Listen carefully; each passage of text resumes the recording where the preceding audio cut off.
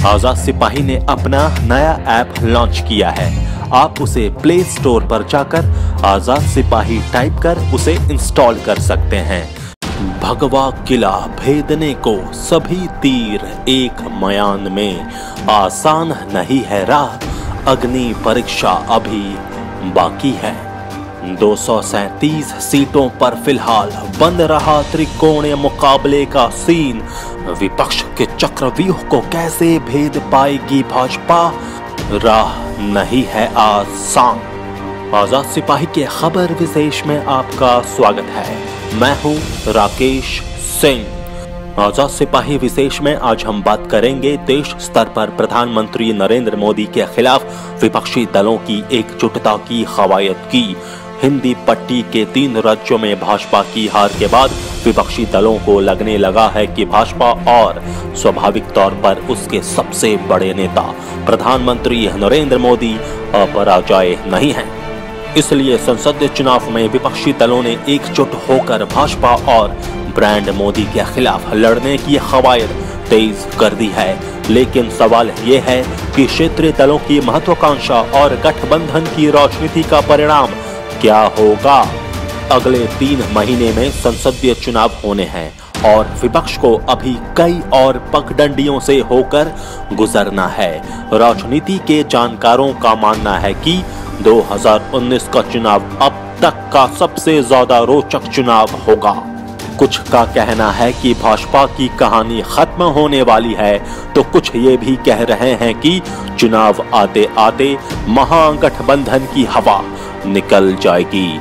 इन कयासों के बीच उत्तर प्रदेश, बिहार और झारखंड में गठबंधन का स्वरूप तय हो गया है, लेकिन ये स्वरूप इतना अलग अलग है कि इस पर लोगों को कितना भरोसा होगा ये कहना मुश्किल है। लेकिन इतना तय है कि एक तरफ मोदी और दूसरी तरफ महागठबंधन के सामने अभी असली अग्नि परीक्षा बाकी है। देश स्तर पर हो रही गठबंधन की खवायत के बारे में आजाद सिपाही पॉलिटिकल ब्यूरो की खास रिपोर्ट।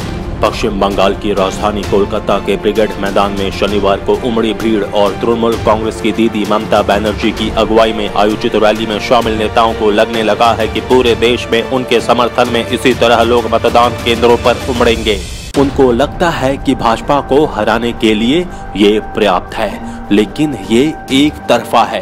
विपक्षी दलों के तमाम प्रयासों और बैठकों के बावजूद भाजपा और प्रधानमंत्री नरेंद्र मोदी को हराने के लिए विपक्षी दलों में एकजुटता ही पर्याप्त नहीं है।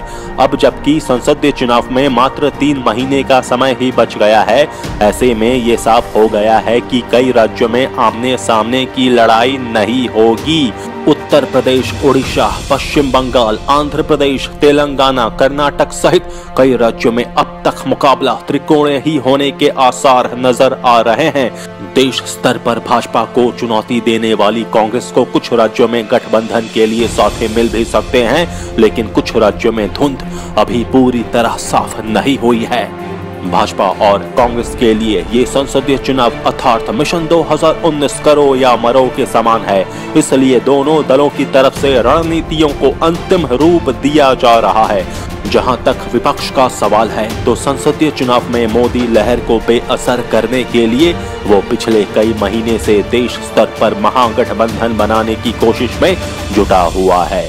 कांग्रेस अध्यक्ष राहुल गांधी की शुरू से ख्वाहिश रही है कि राष्ट्रीय स्तर पर बनने वाले महागठबंधन का नेतृत्व उनके हाथ में रहे, लेकिन राज्य स्तर पर जो भी क्षेत्रीय दल मजबूत हो उसके नेतृत्व में महागठबंधन बनाया जाए।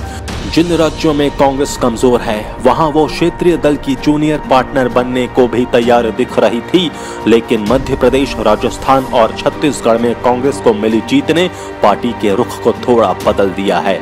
इससे महागठबंधन को ठोस आकार देने में बाधा आ सकती है। 5 राज्यों में विधानसभा चुनाव के मौके पर महागठबंधन की तस्वीर साफ होने की उम्मीद की जा रही थी, लेकिन ऐसा नहीं हुआ।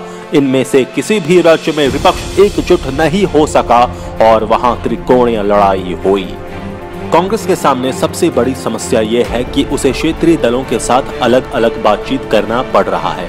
इसका सबसे बड़ा कारण ये है कि क्षेत्रीय दलों की ताकत उनके अपने अपने राज्यों में एक जैसी नहीं है। उदाहरण के लिए पश्चिम बंगाल में तृणमूल कांग्रेस के मुकाबले ओडिशा में बीजू जनता दल अधिक मजबूत है। असम में असम गण परिषद की स्थिति कमजोर है, तो झारखंड में झामुमो अपेक्षाकृत मजबूत स्थिति में है। बिहार में राजद बड़े भाई की भूमिका में है। इन सभी राज्यों के मुद्दे और क्षेत्रीय दलों की आकांक्षाएं भी अलग अलग हैं। आंध्र प्रदेश के मुख्यमंत्री एन चंद्रबाबू नायडू ने अब भी महागठबंधन की उम्मीद नहीं छोड़ी है, लेकिन देश के सबसे बड़े राज्य उत्तर प्रदेश में जिस तरह से समाजवादी पार्टी और बहुजन समाज पार्टी ने अपने गठबंधन में कांग्रेस को शामिल करने से इनकार कर दिया, उसके बाद अब वहां त्रिकोणीय लड़ाई तय है। दरअसल महागठबंधन के अस्तित्व पर सवाल भी अखिलेश मायावती के तालमेल के साथ ही उठने शुरू हो गए। उत्तर प्रदेश, जहां से 80 सांसद चुने जाते हैं, में महागठबंधन की संभावना खटाई में पड़ने के बाद अब इस बात की उम्मीद कम है कि संसदीय चुनाव के जरिए अपेक्षाकृत अधिक मजबूत दिख रहे भाजपा के नेतृत्व वाले राष्ट्रीय जनतांत्रिक गठबंधन के खिलाफ सीधी लड़ाई होगी। केवल उत्तर प्रदेश ही नहीं, 21 सीटों वाले ओडिशा में नवीन पटनायक के बीजू जनता दल ने भी गठबंधन का हिस्सा बनने से साफ मना कर दिया है। वहां भी त्रिकोणीय लड़ाई होगी। 17 सीटों वाले तेलंगाना में महागठबंधन बनने की न पहले उम्मीद थी और न अब है। वहां भाजपा के खिलाफ CSR राव की तेलंगाना राष्ट्रीय समिति और असदुद्दीन ओवैसी की ऑल इंडिया मजलिस-ए-इत्तेहादुल मुस्लिमीन साथ हैं। तो कांग्रेस चंद्रबाबू नायडू दूसरे पाले में है। 25 सीटों वाले आंध्र प्रदेश में भी कुछ ऐसी ही तस्वीर है। 7 सीटों वाली दिल्ली में भी आम आदमी पार्टी और कांग्रेस के साथ आने की संभावना लगभग खत्म हो गई है। भाजपा के खिलाफ ये दोनों पार्टियां अलग अलग ताल ठोकती नजर आएंगी। 14 सीट वाले असम में भी राजग के खिलाफ कांग्रेस का क्षेत्रीय दलों के साथ तालमेल नहीं बन पा रहा है। सीटों की संख्या के लिहाज से देश के तीसरे सबसे बड़े राज्य पश्चिम बंगाल 42 सीट में भी भाजपा के खिलाफ गठबंधन नहीं हो सका है। ममता अपने साथ किसी भी सूरत में वाम दलों को लेने को तैयार नहीं है। वहां कांग्रेस को अभी तय करना बाकी है कि वो तृणमूल कांग्रेस के साथ रिश्ते रखे या वाम दलों के साथ। शनिवार की रैली में तमाम विपक्षी दलों के नेताओं की मौजूदगी से हालांकि संशय के बादल छटे हैं, लेकिन तालमेल के सवाल पर कई पेच अभी बाकी हैं। इसी तरह 11 सीट वाले छत्तीसगढ़ में भी गठबंधन के लिए कांग्रेस ने दरवाजे बंद कर दिए हैं। 20 सीटों वाले केरल में भी वाम मोर्चा और कांग्रेस के नेतृत्व वाले संयुक्त लोकतांत्रिक मोर्चे का अलग अलग पालों में रहना तय है। त्रिकोणीय लड़ाई वाले इन 9 राज्यों में लोकसभा सीटों की कुल संख्या 237 है। इस तरह लोकसभा की कुल 543 सीटों के करीब 44% पर महागठबंधन जैसी कोई तस्वीर बनने की गुंजाइश नहीं है। अब बात करते हैं उन राज्यों की जहां महागठबंधन की संभावना तो बन रही है, लेकिन स्थिति पूरी तरह साफ नहीं है। सीटों की संख्या के लिहाज से दूसरे सबसे बड़े राज्य महाराष्ट्र 48 सीट में फिलहाल तो भाजपा शिवसेना गठबंधन और कांग्रेस राष्ट्रवादी कांग्रेस पार्टी गठबंधन के बीच सीधे मुकाबले की संभावना दिखाई पड़ रही है, लेकिन शिवसेना और भाजपा के बीच पैदा हुई तल्खी से सीधे मुकाबले के आसार कम ही दिखाई दे रहे हैं। शिवसेना ने कांग्रेस राकांपा गठबंधन में अपनी जगह तलाश ली है, लेकिन कांग्रेस ने धुर हिंदूवादी पार्टी को साथ लेने से मना कर दिया है। ऐसे में वहां शिवसेना और राकांपा एक साथ आ जाए तो कोई आश्चर्य की बात नहीं।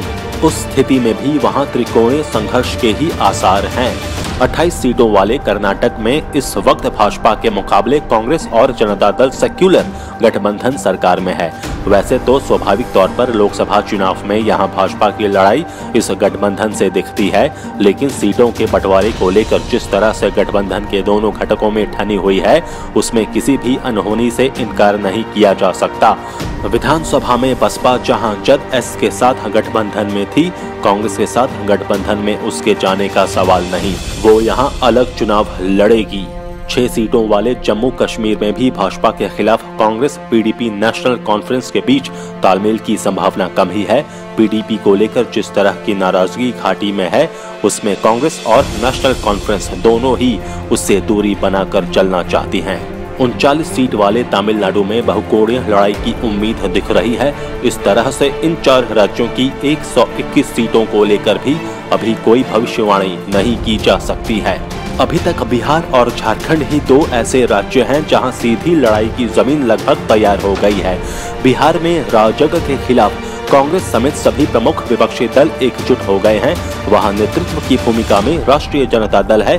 झारखंड में झारखंड मुक्ति मोर्चा के नेतृत्व में महागठबंधन का ऐलान हो चुका है। लोकसभा चुनाव में इस महागठबंधन की कमान कांग्रेस के हाथ में रहेगी, जबकि इसी साल के आखिर में होने वाले विधानसभा चुनाव में कमान झामुमो के हेमंत सोरेन के हाथों में चली जाएगी। इन दोनों राज्यों में कुल 54 संसदीय सीटें हैं। बिहार में 40 और झारखंड में 14। उधर 26 सीटों वाले गुजरात में मुख्य तौर पर भाजपा और कांग्रेस के बीच सीधी लड़ाई है। यहाँ पर अन्य राज्यों की तरह कोई मजबूत क्षेत्रीय पार्टी नहीं है। 29 सीट वाले मध्य प्रदेश और 25 सीट वाले राजस्थान में भी क्षेत्रीय दल नहीं है, इसलिए वहाँ भी सीधी लड़ाई ही होगी। इसका सीधा मतलब ये है कि कुल 134 सीटों पर सीधी लड़ाई के आसार दिख रहे हैं। अब ये देखना दिलचस्प होगा कि संसदीय चुनाव में भाजपा को दोबारा सत्ता में आने से रोकने के लिए विपक्ष का गेम प्लान कितना कारगर होता है। लेकिन अब तक की स्थिति से ये साफ हो गया है कि भाजपा को भेदने के लिए विपक्षी तीर एक म्यान में रहने का दावा कर रहे हैं। अब देखना दिलचस्प होगा कि एक साथ इतने तीर कैसे एक म्यान में अट पाएंगे। वहीं देश पर 2025 तक शासन करने का दावा करने वाली भाजपा की राह भी आसान नहीं है। यहाँ नरेंद्र मोदी अभिमन्यु की तरह हैं, जिन्हें चुनावी चक्रव्यूह में घेरने के लिए विपक्ष योद्धा मैदान में उतर चुके हैं। अब देखना यह है कि लोकतांत्रिक व्यवस्था में मोदी उस चक्रव्यूह को भेद कर बाहर निकल पाते हैं या नहीं। आजाद सिपाही के खबर विशेष में अभी इतना ही। खबरों की और भी अधिक जानकारी के लिए आप पढ़ते रहिए अपना लोकप्रिय दैनिक अखबार आजाद सिपाही, और आप हमारे इस YouTube चैनल को जरूर सब्सक्राइब करें। जुड़े रहिए आजाद सिपाही के साथ। धन्यवाद।